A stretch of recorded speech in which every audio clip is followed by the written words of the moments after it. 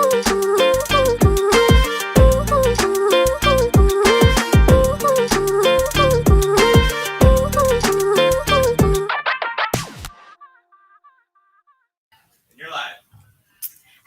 everybody. Good morning. Welcome to the Connect Show. I am one of your many hosts today, Kim Knock. We are on episode number 8 of season 4. Today, we are diving into the extraordinary world of small business owners. They're not always recognized for their efforts, and we can't wait to share their incredible stories with you. Hi, everyone. I'm Heike with IdeaShare Coaching. I help you take your ideas to your LinkedIn profile from blah to magnetic. And I'm sitting in for Charlene today. Appreciating small businesses is vital for our communities and economies. These enterprises often infuse unique character and personalized service into our daily lives, contributing to local growth and fostering innovation. By supporting small businesses, we help sustain a diverse and vibrant marketplace, showcasing the importance of entrepreneurial spirit. Hi, everyone. I'm Tracy Champagne, and I'm super excited to be here. I don't always get to be here, so I'm super excited. A little bit background on me. I'm the owner of Small Business Milwaukee. I have an amazing fish fry guide and help run this Connect Show and the chamber, the Greenfield Chamber. So pretty excited to be here. And with that, we're off to the next episode that we're having today. We feature wasn't that good? Yeah. We feature small business owners beyond entrepreneurs. They are risk takers, dreamers, and community builders. Starting before dawn, brewing coffee. I've had a lot of coffee today, you guys, already. And diving in wholeheartedly, they strive to create an impact. Join us today and witness their inspiring journey on the show. Supporting small business is essential for their success. You can help by shopping locally, recommending their services, and leaving positive reviews. I'm all about that. Consider frequenting small shops and eateries, attending local events, and promoting their products on social media. Offering your expertise or mentorship can also make a significant difference, assisting them in overcoming challenges. By actively engaging with and promoting small business, you can contribute to the growth and vitality of your community. Before we move on to today's show, we want to give you a little background about the show. It started in 2021, 2 full years ago, in a small studio. The Connect Show is now on its 4th season. Wow. Tracy, you want to share some events? We have some new events coming up. Yes. I don't even know about them. Oh, you'll learn all about them right now. Will. So our first new event that we have coming up is the Connect Networking event, which is going to happen every 3rd Wednesday of the month from 5 to 7. Our next 2 that we have scheduled have themes. So the first one is Connect Giving, and it's going to be at the Wedding or Celebration Center, which just opened up with Derek Doobie. He was on the show. And we're going to ask that everybody bring in a dish to pass. It's going to be kind of like the Friendsgiving that we've had in the past, but it's Connect Giving this year. Cute. So we're totally looking forward to that. So we don't have any information posted about that, but we do have that little flyer you just saw. So put that down in your calendar, guys. Be up before you know it. Yep. Yeah. So as Tracy mentioned, we asked that everybody bring a dish. Who does not love being creative in the kitchen? Well, I'm not a cook, but I'll find something. Find that store where someone else was creative. Yes, exactly. The Connect networking events are different in that we will always have a stage element and a mini show. You won't want to miss these once a month events starting next month. I am really excited. And that's not the only new event that we're having.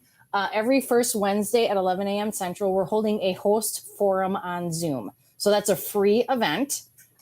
That's where if you're going to be a host, like any one of us or anybody else that comes on the show and is a volunteer host, if you want to get some tips, pointers, every month for an hour, we're going to talk about you hosting and how you can be your best host. So we're pretty excited about that. That's awesome. And on the second Wednesday of the month at 11, we'll have a forum of the guests for anyone that wants to be a guest. So we'll have all the information for all of these events on our main site called connectmedia.live. RSVP for any of these events today. Speaking of guests and hosts, the guests and the hosts on the show are all volunteers. If you would like to be a guest or host on the show, the process is pretty simple, and we'll teach you all the steps to be effective right here in this space. The benefits include getting in front of the camera, becoming a skilled interviewer, and best of all, promoting your business. please contact us to get your spot on the show. And while the Connect Show is a show created by volunteers, we are looking for your support to keep the show growing. Sponsorship on the Connect Show is a great way to get your business seen and support your peers.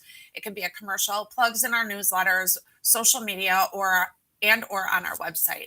If you're interested in being a sponsor, contact John or Tracy at info@theconnectshow.com. Thank you to our hosting sponsor, Expansive Workspace, from where we broadcast the Connect Show. Expansive is a wonderful place to work and great community to be a part of. In addition to Expansive, we have many other local businesses that help support the Connect Show, and we thank each and every one of them as well. We have to give a very special thanks to MKE Video, aka John Taylor, who creates the show with all the video work and the editing that goes on behind the scenes. John also has a new community called Mind Body Abundance that you can see more on the link that he'll put on the screen. John should also have a quick video to show the Mind Body Abundance world.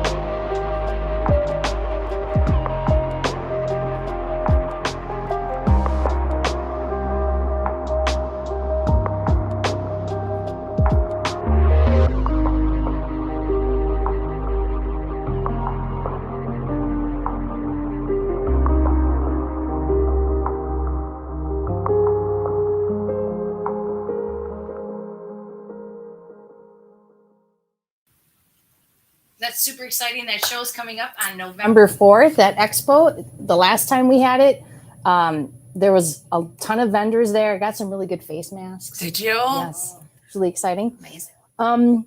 But as always, we are thankful that you have come to watch The Connect Show. If you have a topic you think we should be discussing, email us at ideas@theconnectshow.com. Today, we are so excited to welcome our guest, Scott LeBeau. Thank you.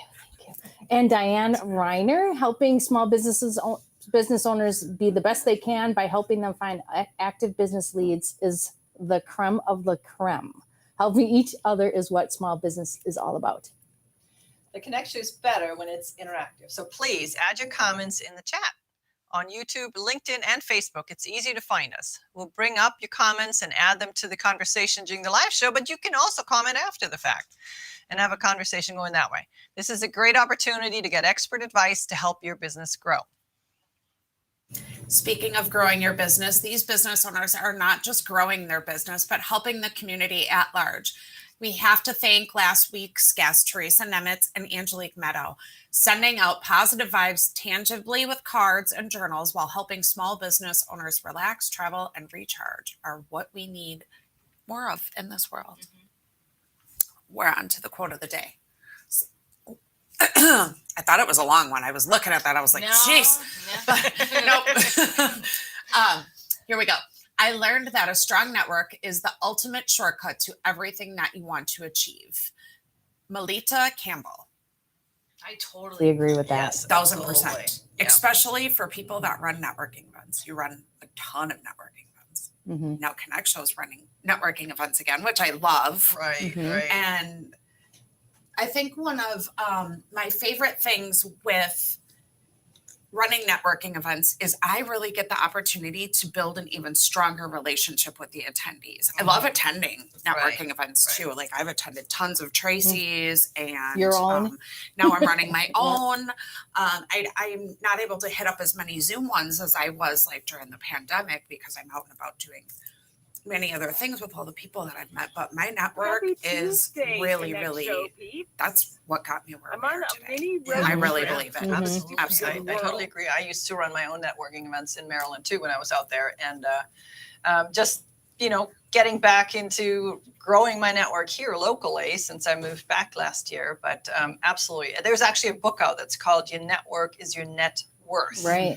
Because depending on who you know and who they can connect you with, your sphere can grow, your income can grow, and you can grow in other ways too, emotionally or with your skill set. So networking is so important. It happens to be the very topic we're going to be talking about a whole lot today, by the way. That's why I was like, I'm going to shut it now. Yeah, exactly. And for those introverts out there, there are ways to network that are doable for introverts. So don't shy away from the topic. There are lots of tips online, or, you can find other people that are more extroverted that can give you some tips on how they do their networking in person or online. I was very introverted at networking events for a while. And it's interesting because extroverts seek out the introverts a lot. I notice at networking events, and they help ease them in. Or if someone's, kind of standing off to the side, they help bring them in.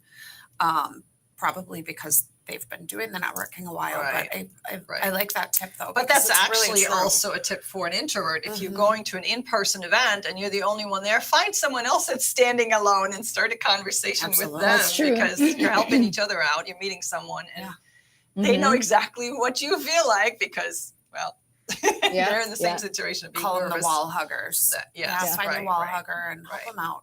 Because they're afraid. And that's okay. Yep. We've all been there at one point. Absolutely. At one point. Absolutely. Doing something.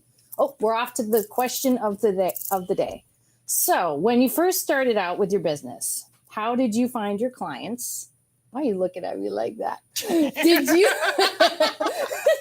Did your first method of finding your clients work as you expected, or did you have to pivot? This makes you think back all the way to when you started. I look back at that because I started a lot with you. And then secondly, networking events. That is, you build a relationship with people. We're going to go into the classic line of working with someone you know, like, and trust, right? But that is really how it works. Like some of my clients from when I first started out my business are still with me today. And I started in 2021, and it might be minor the work that I'm doing for them, but they still have the trust and the feel for me. I'm finding a way to pivot back into that. I don't go to networking events to find clients, though. I should make that clear. That's not the reason that I do it, but I think we build a relationship and it works out organically. Right. And I kind of stopped taking on, more and more and more clients, and I'm ready to go back to it. So, yeah.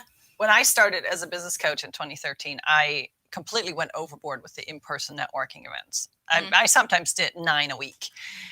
And then what didn't happen was the follow-up. And that's really what you got to do is you meet someone, you got to follow up and then maybe have a conversation on the phone or in person just to really get to know that person. So I really had to lay off that and be more intentional.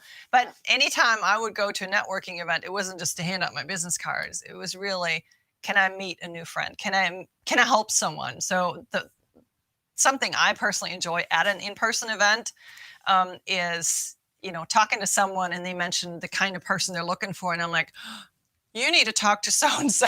And especially if they're at the event, that's really fun. But also after the fact then.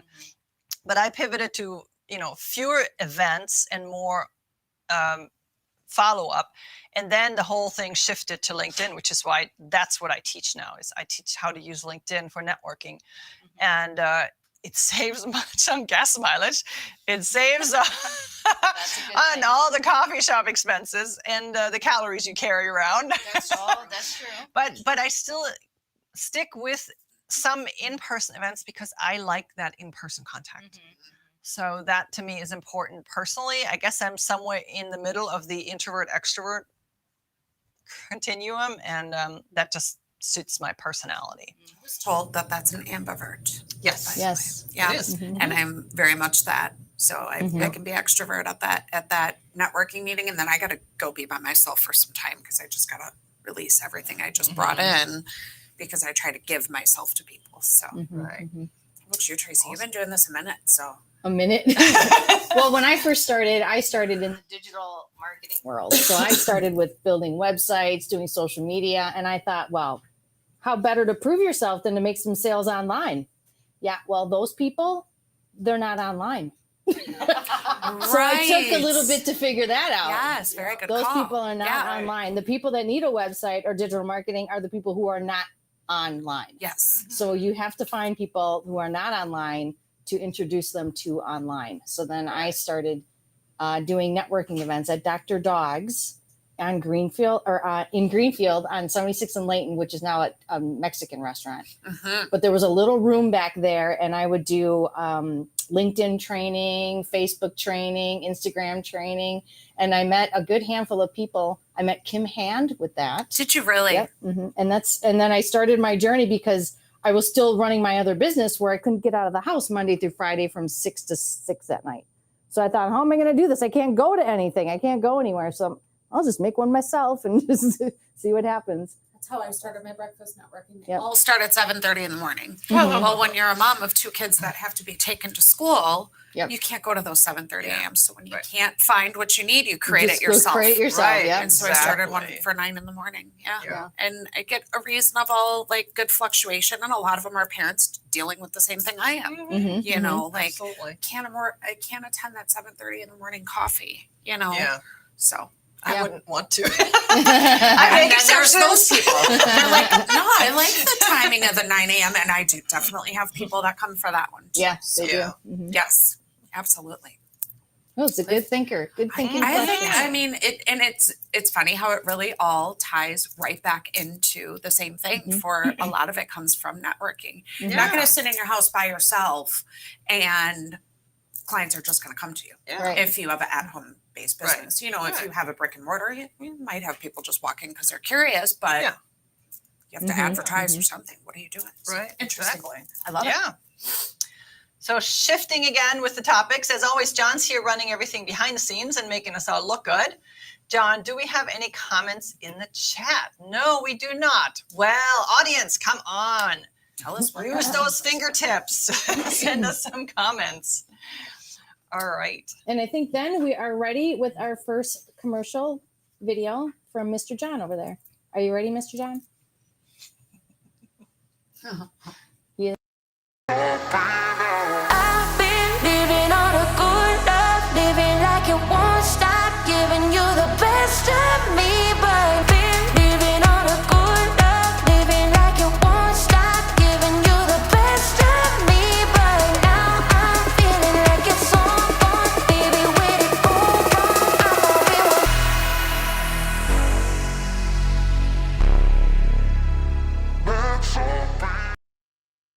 Here we go.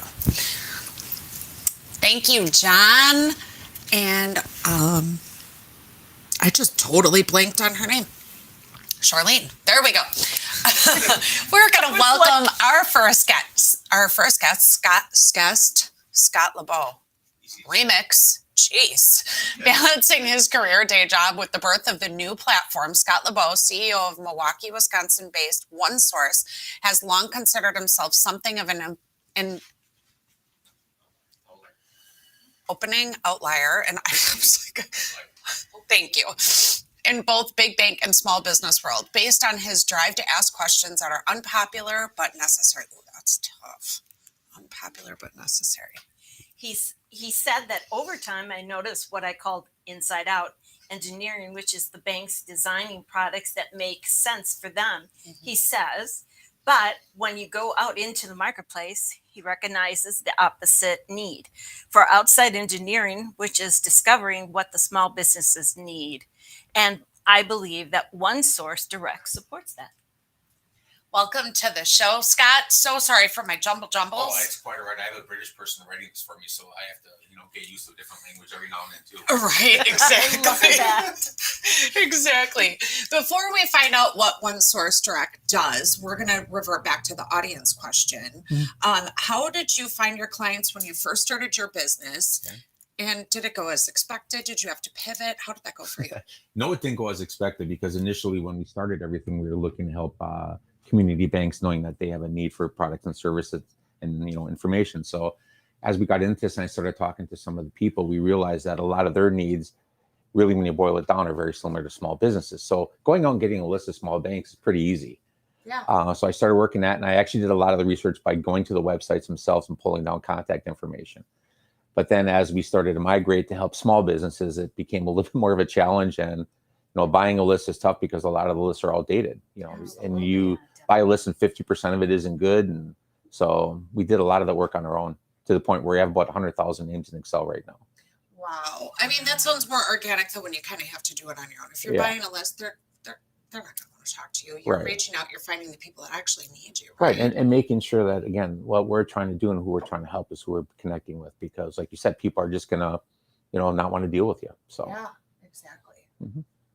So tell us a little bit about, before we go to the second question, tell us a little bit about what One Source Direct does. well, when you think about like small businesses and the social media demands, the number of posts that you have to make, always staying in front of your customer, that takes a lot of time and effort.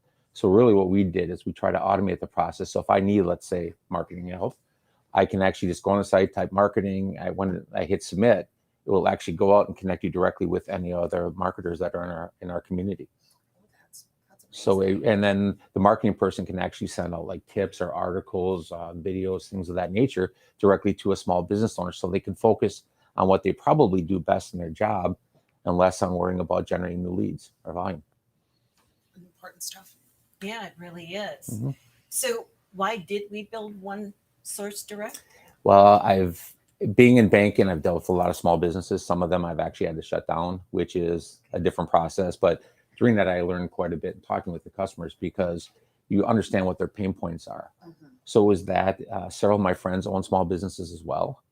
So sitting down, listening to their horror stories. And then honestly, I just got frustrated with internet searches, because in my roles, I've had to go out and look for different types of software, and it just becomes a pain. It's about the nicest way I can put it. So it was those things, and just sitting down, talking to a developer friend of mine one day. And then we just started the idea, and it just kept growing from there. I love that. I do too. Started really from good the to ground all the way up. It's Right. it's a great way to go, because Right. you know the full beginning, middle, and end Yeah. of everything. So that's wonderful. And it's not, go ahead, sorry. And you understand the frustration for a small business owner trying to find that information and put it together. Right. So many of them get caught in the fact I need, marketing so I can get revenue, so I can pay back a loan that I can't get because I have no money. So it's really kind of like, it's really Every entrepreneur's nightmare, right? You're right. True. It is. And, that's the worst thing as a banker, going out and telling a customer. It's like, you read business plans, you listen to them, listen to their stories, you see the passion, but ultimately it comes down to what you can do for them. And that is really hard to translate when you're approving a loan sometimes. Absolutely. And the hardest part, I think, for the business plan for so many people is that end in mind. Where do you want it to end? Yeah. People don't want to think about that. They're just No. thinking about right now. So Right. interesting. So where do they go from where do we go from here? Well, right now we just started a crowdfunding campaign. The actual platform is built, and it Okay. is live, and it is operational. But over the next few months, our plan is we have 7 enhancements already built and designed. And everything that we've done has been with a small business owner and a developer sitting in a room together. Oh. So it's not been, okay, let's just think about this. What do we think? And that's where that outside in comes from. Yeah. Let's talk to them and then work with the developers to build a platform. To make it happen. So hopefully over the next few months, we're targeting Canada and US initially to do that Vegas style soft open. And from there, we'll get the enhancements, and then it'll, be wherever. Do you wish you could have done this earlier? If I would have known everything I know now, yes. But the reality is I don't, and I've learned so much in the last, 4 to 5 years that technology has changed too. So I figure I'm right where I'm supposed to be at this point in time. I like that answer. Mhm. I like that answer. Not I shoulda, coulda, woulda. Yeah. You didn't know then. Now No. you know. Now you're going to help other people. Right. Yeah, absolutely. It I was- love that. It seemed to be just such a natural migration from what I was doing in the banking world. So Mhm, mhm. So if you could give one tip to any small business that would change their business instantly when they implement it, what would you give to a business? I think the biggest thing is persistence, because, over the last, since we started this to now, I said, I wasn't a small business owner, Mhm. but I felt a lot of the pain personally over the past couple of years. And I think just knowing that you're going to have those highs and lows, and trying to figure out how the smallest high can actually make up for all the, low lows, and just trying to keep that even temperament.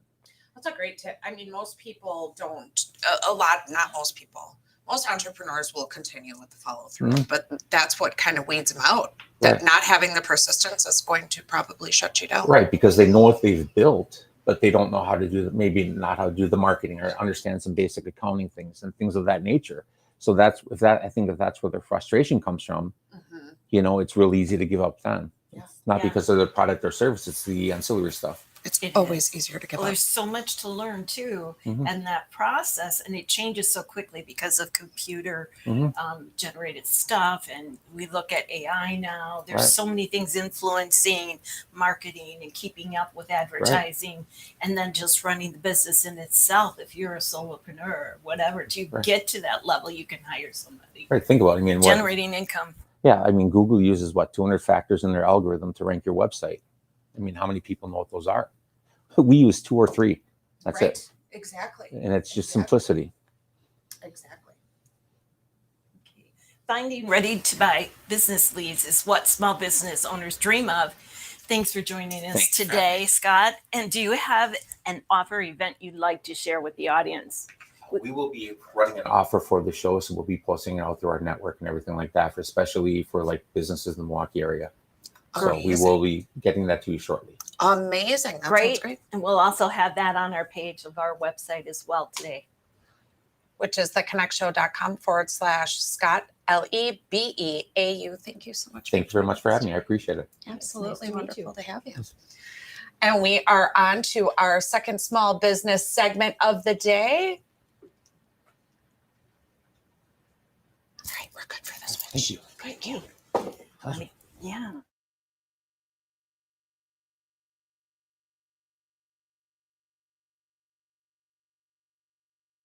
And career changers take their LinkedIn profiles from blah to magnetic.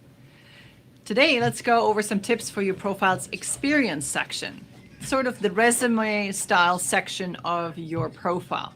That area where you describe your current and past roles and accomplishments.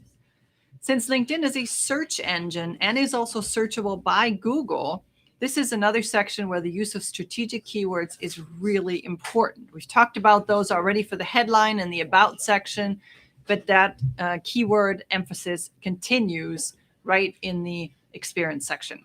So the keywords you use here and elsewhere on your profile determine how often your profile shows up in searches or not. So when filling in your experience section, keep the following in mind. What would your potential client want to know about your products or services?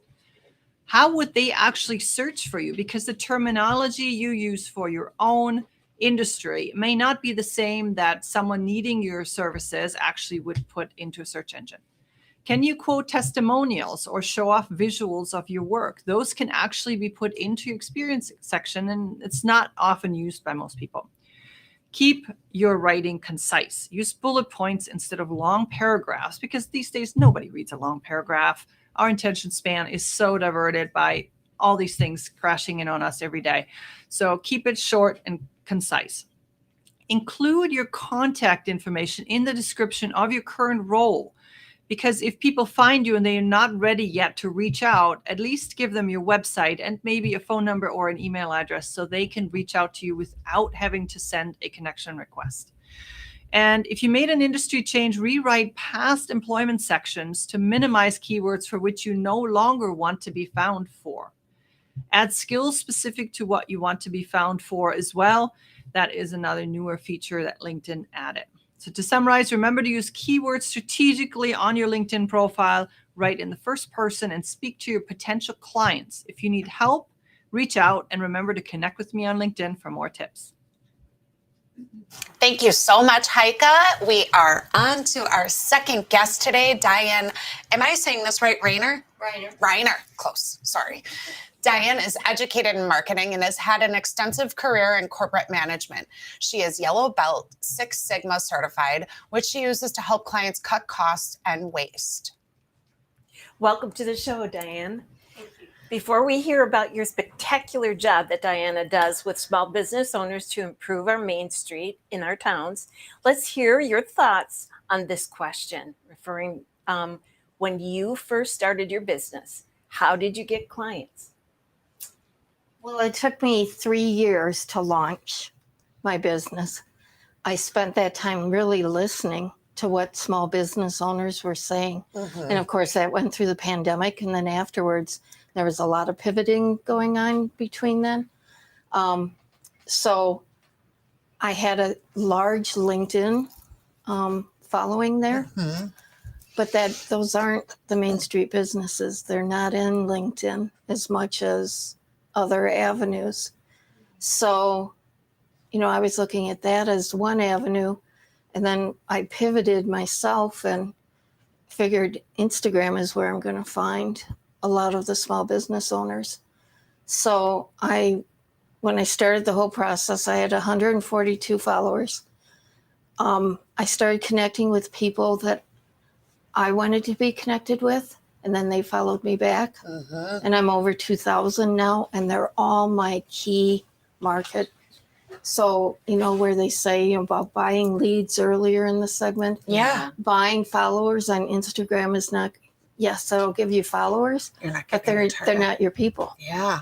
So- Absolutely. That is a great, great, great tip. A lot of people want to find that route, but how many of those people are actually going to really find any interest in what you have to say if they're not your key person? So that's great. It's a great tip. Do you want to give us just a little bit of background of your business, and before we move on to question number 2 of what you do for the community, what you do for everybody? Sure. I started Main Street Thrive only because I was seeing a lot of the small businesses closing up shops in small communities. They have the big boxes, but they don't have the businesses that keep the communities going, that sponsor the little league teams, that volunteer for the fire department, and all of those type of things that people don't think about except when they're asking for or need some help with something. So my target market is really that mom and pop business, that Main Street business, because a lot of business coaches will say they're too small. Well, there are too small businesses out there in the US and Canada, and that's kind of who I'm targeting is the same US and Canada, because Canadians are dealing with the same issues that the US businesses are dealing with. Absolutely. Absolutely. I kind of answered question 2. What experience can you share with your clients about your work that you do? So I was in the corporate world for way too many years. I won't say how many, but way too many. I started early. I started at 16. But I also grew up on a farm. So my whole life has been small business, because a farm is small business. At the job I had was working in a corporate setting. So what I'm doing is taking that corporate training, that corporate management, marketing, and taking it down to the small business level. The business owners at that level don't have a large marketing budget. Nope. They're looking for new ideas and things like that, how they can change without costing them a lot of money.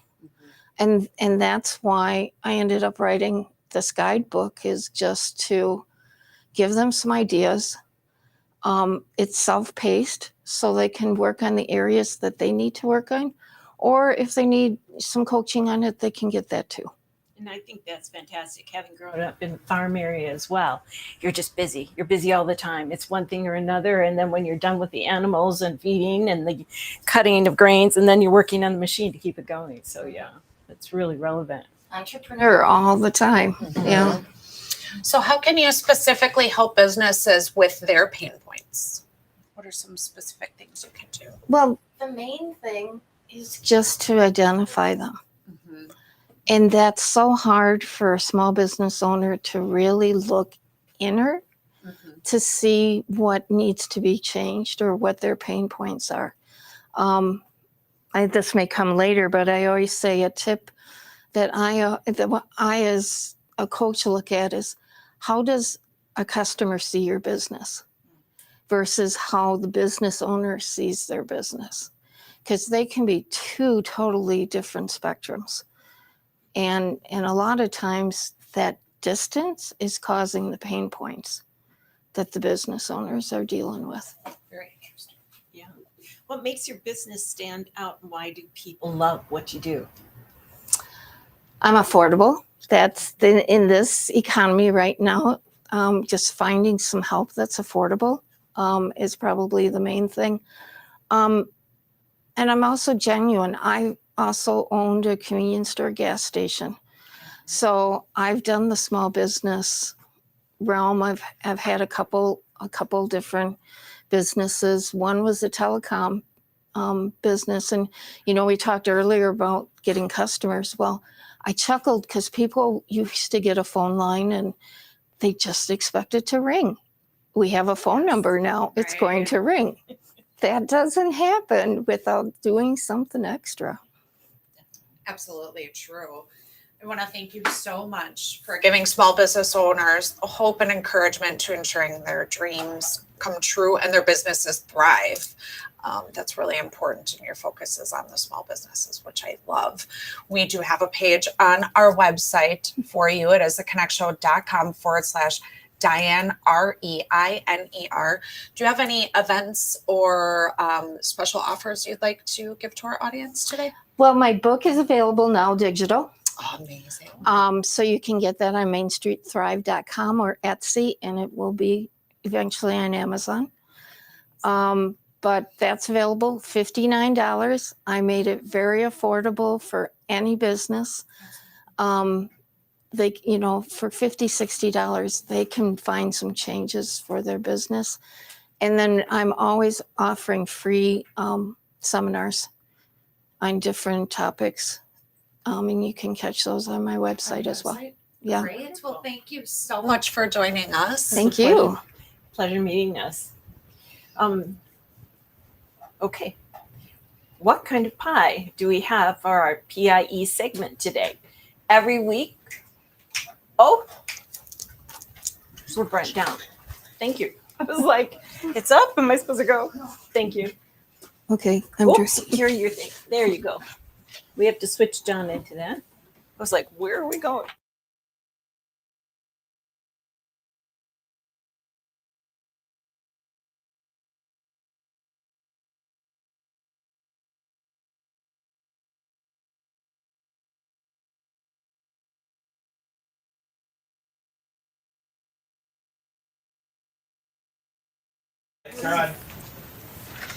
John, what kind of pie do we have for our pie segment today? Every week we celebrate with a small business owner, and we are excited to have a special guest today. But first, here's a quick message from our pie sponsors, Connie's Sweet Treats. We just had that. You can say that.